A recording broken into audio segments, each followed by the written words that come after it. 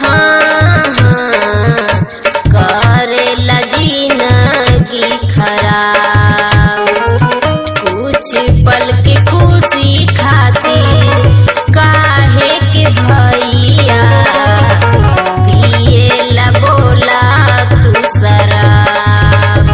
हाँ हाँ पिएला भैया तू शराब।